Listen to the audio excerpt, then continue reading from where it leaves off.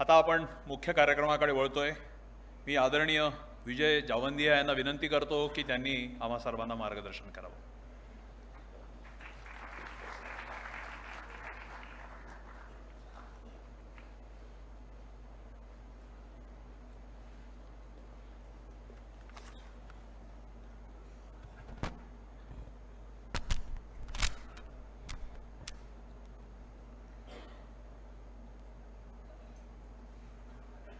स्वामी रामतीर्थ राष्ट्रसंत तुकडोजी महाराज यांच्या स्मृतीला अभिवादन करतो। मराठवाड्यासाठी ज्या वीरांनी आपलं बलिदान दिलं त्यांच्या स्मृतीला आजच्या दिवशी अभिवादन करतो। आणि आज मी विलासराव देशमुखांची आठवण केल्याशिवाय राहू शकत नाही। प्रधानमंत्री 30 जून 2006ला वायफळला जेव्हा आले होते तेव्हा ते प्रधानमंत्र्यांसोबत माझ्या गावात आले होते आणि आमच्या सगळ्या वेदना त्यांनी ऐकून घेतल्या होत्या। आजच्या या दुष्काळी परिषदेचे प्रमुख आदरणीय स्वामीनाथनजी, ज्यांनी पाण्याचं महत्त्व जगाला कळवून दिलं, ते आमचे राजेंद्र सिंहजी, मंचावरील पालकमंत्री पाटील साहेब, या भागातले लोकप्रिय आमदार देशमुखजी, या जिल्ह्याच्या प्रथम नागरिक इथल्या महापौर माझ्या ताई लाहोटीजी, माझा मित्र पाशा पटेल, अतुल देऊळगावकर, मंचावरील सर्व मान्यवर मंडळी, उपस्थित भावांनो, बहिणींनो, तरुण मित्रांनो आणि विद्यार्थी मित्रांनो, आज खरंच मला खूप आनंद झाला की वरती विद्यार्थी बसलेले आहेत। सर्वप्रथम मी त्यांचं अभिनंदन करतो आणि त्यांना इथे जे घेऊन आले त्यांचं अभिनंदन करतो, कारण या भावी पिढीने स्वामीनाथनांना आणि राणांसारख्यांना ऐकणं गरजेचं आहे, कारण की याच्यातनं स्वामीनाथन आणि राणा जर निर्माण झाले तर खरा हा भारत उभा राहील। मित्रांनो, विषय आहे सामना दुष्काळाशी। आणि दुष्काळ दोन प्रकारचा असतो, एक कमी पाऊस पडला जो यावर्षी झाला होता तो, आणि दुसरा अति पाऊस पडला जो आता होतोय काही भागांमध्ये तो। दोन्हीकडनं दुष्काळ होतो। पण प्रश्न असा पडतो की दुष्काळात फक्त शेतकरीच का मरतो, त्यांनीच का मरावं? खरं याचा विचार जर झाला तरच आपण दुष्काळाशी सामना करू शकू। आजच्या वर्तमानपत्रात मी बातमी वाचली की पटवारी महासंघाने महाराष्ट्रातला निर्णय घेतला आहे की ते 1 दिवसाचा पगार दुष्काळाचा सामना करण्याकरता देतील। अरे, जो या देशाचा अन्नदाता आहे तो 1 वर्षाचा दुष्काळ स्वतःच्या भरोश्यावर त्याचा सामना का करू शकत नाही? त्याला असं भिकेचं टोकरं घेऊन का जावं लागतं? आपण विचार करणार की नाही करणार याचा? जुन्या जमान्यामध्ये मला आठवतं आमच्या गावात होत्या ज्याला पेव म्हणतात, की त्या पेवात ज्वारी ठेवल्या जायची। मला थोडं आपण संमती द्याल का? मी जरा हिंदीमध्ये बोलतो म्हणजे डॉक्टर स्वामीनाथनना हे लक्षात येईल। आहे संमती? मला वाटतं हिंदी सगळे समजतात। मैं आपका आभारी हूं स्वामीनाथन जी। मैं ये कह रहा था कि अकाल 2 प्रकार का होता है, एक कम पानी गिरता है तब अकाल होता है और एक ज़्यादा बारिश होती है तब अकाल होता है। और दोनों अकाल में किसान को ही क्यों मजबूर होना पड़ता है? आज के यहाँ के अखबार में एक खबर आई है कि महाराष्ट्र के पटवारियों का जो संगठन है उन्होंने उनके तनख्वाह में से 1 दिन की तनख्वाह दुष्काल का सामना करने के लिए महाराष्ट्र सरकार को देने का निर्णय लिया है। जो किसान सबके लिए अनाज पैदा करता है, 1 दाने के 100 दाने करता है, सही में संपत्ति का गुणाकार करता है, उस पर इतनी लाचारी की समय क्यों आता है? पुराने जमाने की मुझे याद है कि गांव-गांव में पेव होते थे, जमीन के अंदर अनाज रखा जाता था और 1 साल रखा हुआ अनाज ज्वारी वो पेव में रखी जाती थी और वो 3-3 साल 4-4 साल तक के काम आती थी। ये सब ताकत क्यों तोड़ी गई? इस पर हमको सोचना होगा। आज अधिक उत्पादन की बात आपने कही थी हरित क्रांति में से, उसमें अधिक पानी का इस्तेमाल हुआ और आज उसके परिणाम हम भुगत रहे हैं।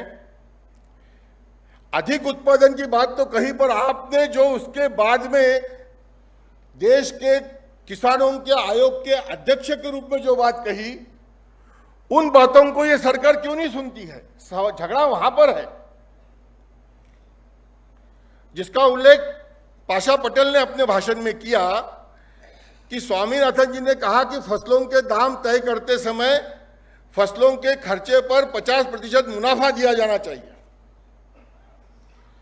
जो स्वामीनाथन जी हरित क्रांति में प्रति एकड़ उत्पादन बढ़ाने की बात कहते थे, वही स्वामीनाथन जी ने फार्मर्स कमीशन में सरकार को यह कहा कि खेती का विकास, खेती में उत्पादन कितना बढ़ता है इससे नहीं गिना जाना चाहिए, तो किसानों की आमदनी कितनी बढ़ती है इससे गिना जाना चाहिए।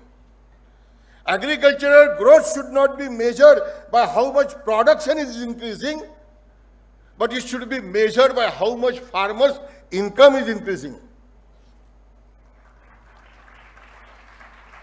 मैंने खुद स्वामीनाथन जी को पूछा कि स्वामीनाथन जी, आप हरित क्रांति में तो एक बात कह रहे थे, अभी आप ये दूसरी बात क्यों कह रहे हो? इस आदमी का खुला मन और बड़प्पन देखिए, जो अतुल देवगौड़कर ने कहा कि उस उम्र में भी ये इतने स्वस्थ क्यों है, क्योंकि मन में कोई कपट नहीं है, छल नहीं है। उन्होंने मुझे कहा कि उस समय में देश के खेती का विचार कर रहा था, इसलिए वो बात कह रहा था।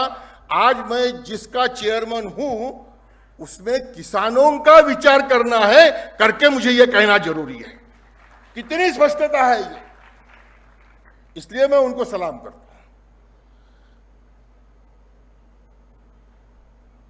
भाइयों, खेती की लूट तो इतिहास में होते आई है, राजाओं ने लूटा है, सबने लूटा है। मैं यहां पर विनोबा भावे के एक वाक्य को आपको देना चाहता हूं कि विनोबा भावे ने आजादी क्यों चाहिए इसकी परिभाषा की थी। उन्होंने कहा था कि यह देश स्वतंत्र गांव का स्वतंत्र देश है। इस देश में मुगल जब आए तो यह स्वतंत्र गांव का गुलाम देश हुआ। इस देश में अंग्रेज जब आए तो यह गांव गुलाम गांव का गुलाम देश बना। अंग्रेज इस देश से चले गए तो यह गुलाम गांव का स्वतंत्र देश है। हमको स्वतंत्र गांव का स्वतंत्र देश बनाना है। क्या हालत है? गोरा अंग्रेज आया हमको लूटने के लिए, यहां का कपास मैनचेस्टर लैंकाशायर के कपड़ा मिल में ले जाता था, सस्ते दाम पर कपड़ा बनाता था, महंगे दाम पर यहां बेचता था, जिसको राष्ट्रसंत तुकडोजी महाराज ने कहा, कच्चा माल मातीचा भावे, पक्का होताची चौपटी न घ्यावे। तो स्वतंत्र भारत में क्या हुआ? अंग्रेज चले गया, कपास सस्ता, कपड़ा महंगा आज भी है। सिर्फ इतना ही कि वो मैनचेस्टर नहीं गया, वो गया बंबई अहमदाबाद के मिलों में, कैपिटल एक्यूमुलेशन वहां हुआ, विकास वहां हुआ और गांव बखास होते गए। मैंने आए बराबर स्वामीनाथन जी को कहा कि देखो, अभी किसान की कपास की फसल बाजार में आने की है और कपास के दाम गिरने लग गए हैं और 20 लाख गांठों के कपास के सौदे इंपोर्ट करने के लिए मिल मालिकों ने कर दिए हैं और उस पर कोई इंपोर्ट ड्यूटी नहीं है। मैंने उनको कहा कि आप जरा प्रधानमंत्री जी को कहिए कि इस पे इंपोर्ट ड्यूटी लगाए। उन्होंने कहा कि मैं कोशिश कर रहा हूं, पर वहां तो सब उन्हीं का मिल लॉबी का ही चलता है। सोयाबीन बाजार में आ रहा है और सोयाबीन के दाम गिर रहे हैं। परसों मैं भोपाल में था, नया सोयाबीन बाजार में आया, 3200 रुपए क्विंटल में सोयाबीन बिका। 5000 रुपए क्विंटल जब किसानों ने बीज खरीदा तब सोयाबीन का दाम था। आज आने का बाजार में 3200 हो गया। ये कह रहे कि उसमें मॉइस्चर ज्यादा है, और जब किसानों का निकलेगा तो व्यापारियों का कहना है कि 3500 तक के दाम रहेंगे या उससे भी नीचे आ जाएंगे। दोस्तों, कितने लोगों को मालूम है कि भारत सरकार ने पोल्ट्री इंडस्ट्री और एनिमल इंडस्ट्री के दबाव में आकर सोयाबीन के ढेप की आयात पर जो 30% और बाद में 15% इंपोर्ट ड्यूटी थी उसको जीरो कर दी है।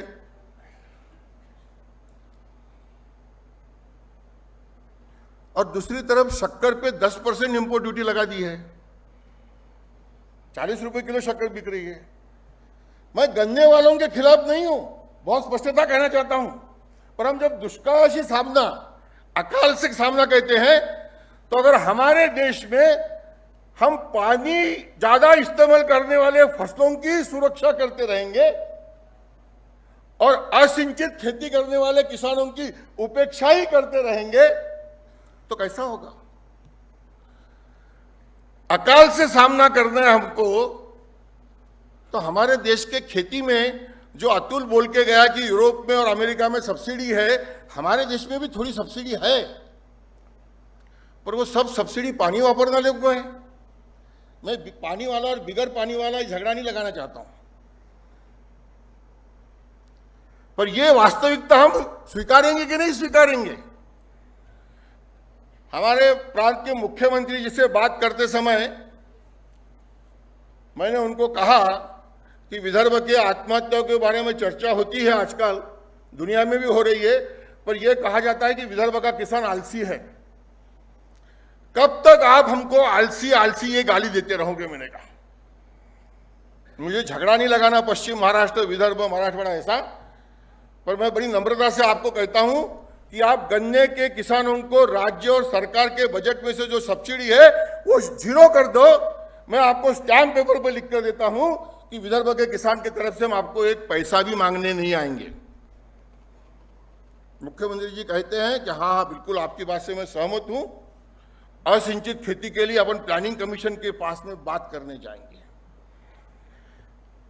मित्रों, यहां पानी वाले बैठे हैं, मैं पानी पे ज्यादा बोलना नहीं चाहता हूं, पर एक किसान करके मेरा अनुभव है, वो एक वाक्य में आपके सामने रखता हूं कि अगर सही में हमको जमीन में का पानी का रिजर्वायर अगर बचा के रखना है और उसको संकट में इस्तेमाल करना है, तो हमको आज नहीं तो कल एक दिन ये निर्णय लेना होगा, गवर्नमेंट को पॉलिसी डिसीजन लेना होगा कि 1 स्क्वायर किलोमीटर के एरिया में से कितने हार्स पावर से बाहर पानी निकालने की सम्मति दी जा सकती है। पर क्या ये करने के लिए जो राजनीतिक इच्छा शक्ति की जरूरत है वो हम बताएंगे? और अगर ये करना है तो फिर हमको असिंचित खेती को मुनाफे की करना होगा। आज हम ज्वार और बाजरा में राणा जी से हर समय इस बात पे झगड़ता हूं कि अगर पानी को बचाना है तो राजस्थान में बाजरा को बचाना होगा और विदर्भ में ज्वार को बचाना होगा, मराठवाड़ा में ज्वार को बचाना होगा। हो क्या रहा है आज? ज्वार की खेती हो रही है क्या कि कम हो रही है? आपके बीड़ में भी कपास आ गया है और ज्वार जा रहा है। सही बात है कि नहीं बात है? हमारे विदर्भ में स्वामीनाथन जी के ही संस्था का सर्वेक्षण है जिसमें कहा गया है कि 40% में विदर्भ में ज्वार बोई जाती थी, आज 2% में भी ज्वार नहीं है। ज्वार नहीं है, फिर भी गांव में अनाज की कमी नहीं है, क्योंकि पंजाब और हरियाणा का किसान आज भी गेहूं और चावल पैदा कर रहा है, करके हमारे रेशन दुकान में आ रहा है। नीति देखिए कैसी है। फूड सिक्योरिटी के नाम पर हम 1 रुपए, 2 रुपए, 3 रुपए किलो अनाज देने की योजना बना रहे हैं, विरोध नहीं है उसका, पर गांव में 2 रुपए किलो गेहूं देंगे, पर वो गेहूं अगर चक्की पर ले जाए पिसाने के लिए तो गांव में उसको उसका आटा बनाने के लिए 3 से 5 रुपए किलो लगते हैं। कैसी विचित्रता है ये। जो पाशा ने सुलभ का बताया ना, वैसा ही है कि 2 रुपए किलो गेहूं और चक्की पे आटा बनाने के लिए 3 से 5 रुपए किलो। कोई बात नहीं, दीजिए। मैंने स्वामीनाथन जी के सामने कहा कि फूड सिक्योरिटी की जब बात करते हैं हम, तो फिर जो फूड प्रोड्यूसर है उसके जिंदगी की सिक्योरिटी की बात कब करेंगे? Without the security of food producer how can we achieve food security? Swaminathan ji का बड़प्पन मैं आपको बताता हूं। स्वामीनाथन जी ने उनके एक आर्टिकल में लिखा है कि right to information can be implemented with the help of 5, but right to food cannot be implemented without the cooperation of the food producer. ये इस आदमी की स्पष्टता है। आपको बताता हूं, स्वामीनाथन जी को ये अच्छा लगेगा कि नहीं लगेगा, पर मैं उनकी दिल की बात बताता हूं। आज सुबह जब मैंने उनको कहा कि सब फसलों के दाम गिरने लग गए हैं, वो मुझे कहते हैं कि ये एफडीआई तो और किसानों को बर्बाद कर देगा। मित्रों, स्वामीनाथन जी विलासराव देशमुख को बड़ी वेदना से एक खत लिखा था 27 जुलाई 2006 को। विदर्भ का दौरा करके वो गए थे और विलासराव जी देशमुख का एक टीवी पर इंटरव्यू उन्होंने देखा जिसमें विलासराव जी बहुत व्यथित थे। तो स्वामीनाथन जी ने उनको जो खत लिखा वो मैं लेके आया हूं।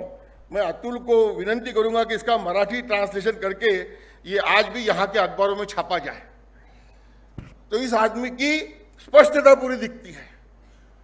इसमें वो लिखते हैं कि अमेरिका अगर $4.6 बिलियन की सब्सिडी अमेरिका के कपास उत्पादकों को देते रहेगा, कि जहां टोटल प्रोडक्शन $3.9 बिलियन का है, 100% से ज्यादा सब्सिडी, और महाराष्ट्र के किसानों को जो 500 रुपए का एडवांस बोनस दिया जाता था वो वापस लिया गया है, उसको आप रिस्टोर कीजिए, तभी किसानों की आत्महत्या रुकेगी। ये सब बातें इसमें लिखी है। पर क्या है कि हम सब लोग इस बात को कहते हैं कि हमको खाने पीने की चीजें सब सस्ती चाहिए। महंगाई महंगाई, इन्फ्लेशन इन्फ्लेशन। दोस्तों, आज क्या है, एफडीआई क्यों ला रहे हैं? तो बोले एफडीआई से महंगाई कम होगी, इन्फ्लेशन कम होगा। मैं इस बात में जाना नहीं चाहता हूं, पर किसान पर्यावरण को बचाने का काम करता है, ये हम कब स्वीकारेंगे? आज विकास विकास के नाम पर जो हो रहा है, एक विकास की जो परिभाषा, मैं तो इस मानता हूं कि अगर इसको बदलना है तो विकास की परिभाषा को भी बदलना होगा। आज विकास की परिभाषा क्या है? Per capita consumption of energy more, you are more developed. प्रति व्यक्ति जितना ऊर्जा का उपयोग ज्यादा, उतना ज्यादा आपका विकास। तो फिर क्या होगा? फिर यही होगा, कार्बन एमिशन बढ़ेगा। लातूर में इतने स्कूटर और इतनी कारें कभी देखी अपन ने? आज क्यों है? कर्जे पे सब मिलता है। तो 12वीं में लड़का लड़की गई तो उसके लिए स्कूटी या एक्टिवा लिया ही जाता है, क्योंकि उसको अलग अलग जगह क्लास में जाना पड़ता है। शहर में कंज्यूमरिज्म कितना बड़ा है। आज प्रधानमंत्री जी ने कहा कि गरीबी कम हुई है और गांव में दुगनी क्रय शक्ति बढ़ गई है। मैं आपके सबके साक्षी से ये सवाल पूछने की हिम्मत कर रहा हूं कि मानता हूं कि गांव में थोड़ी आमदनी बढ़ी है, पर शहर में जो आमदनी बढ़ी है उसके तुलना में गांव की आमदनी बढ़ी है क्या? एक शिक्षक को 70 में कितनी तनख्वाह मिल रही थी? एक चतुर्थ श्रेणी कामगार को 70 में कितनी तनख्वाह थी? एक कलेक्टर को कितनी तनख्वाह थी? एक आमदार को और मंत्री का खर्चा कितना था 1970 में, और आज कितना है? उस अनुपात में मेरे खेत में काम करने वाले मजदूर की मजदूरी बढ़ी है क्या?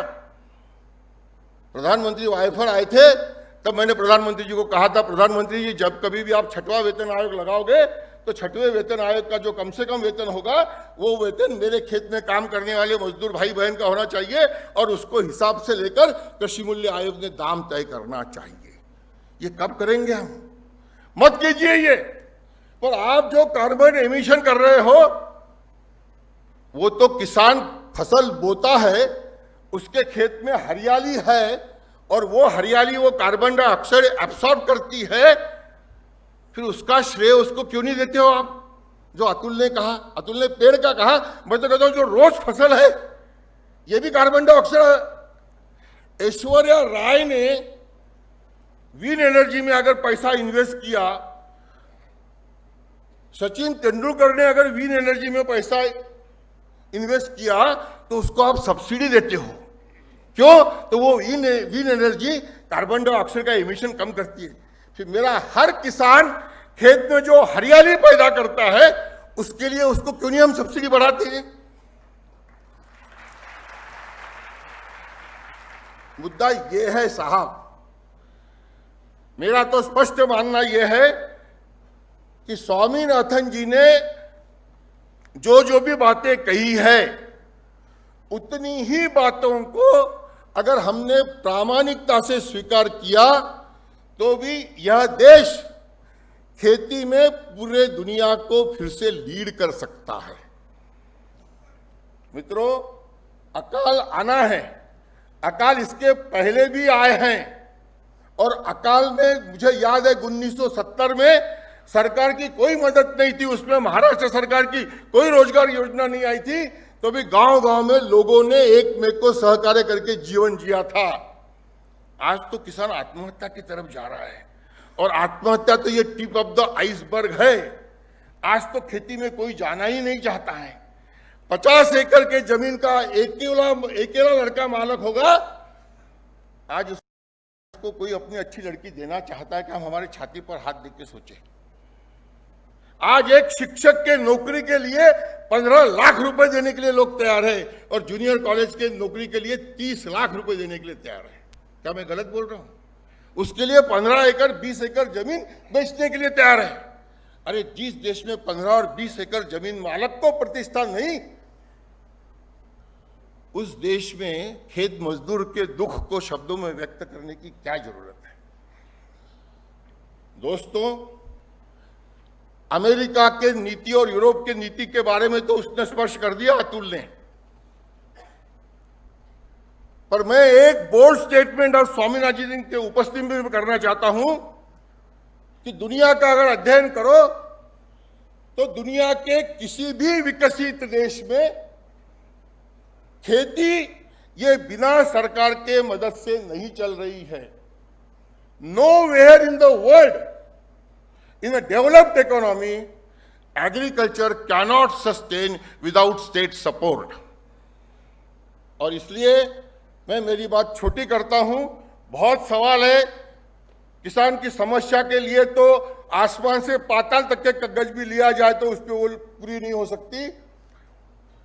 आज ये जो बच्चे बैठे हैं यहां पर, क्योंकि ये कल के निर्माता है, कल के नेता है, कल के ब्यूरोक्रेट्स है, कल के समाज सेवक है, और मराठवाड़ा के जिन लोगों ने और देश के जिन लोगों ने इस देश के लिए बलिदान दिया है, उनके सपने का भारत अभी बनने का है। सही में वो स्वतंत्रता भी मिलने की है। चौधरी चरण सिंह जी जो हमारे देश के किसान नेता थे, उनकी एक बात कह के बात समाप्त करूंगा। चौधरी चरण सिंह जी कहते थे कि एक किसान, तू तेरी एक नजर हल पर रख और दूसरी नजर दिल्ली पर रख। तू कितना भी यहां मेहनत कर, दिल्ली में बैठकर एक निर्णय हुआ, तू खत्म।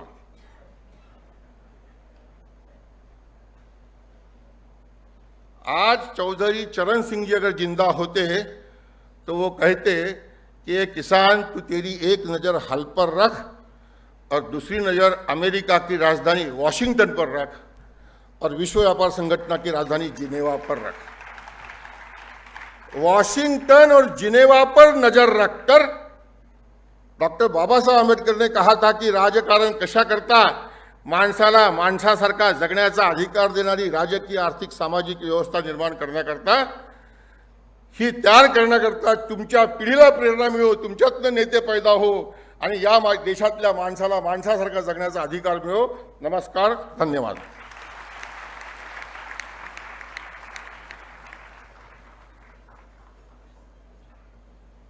धन्यवाद विजय जी।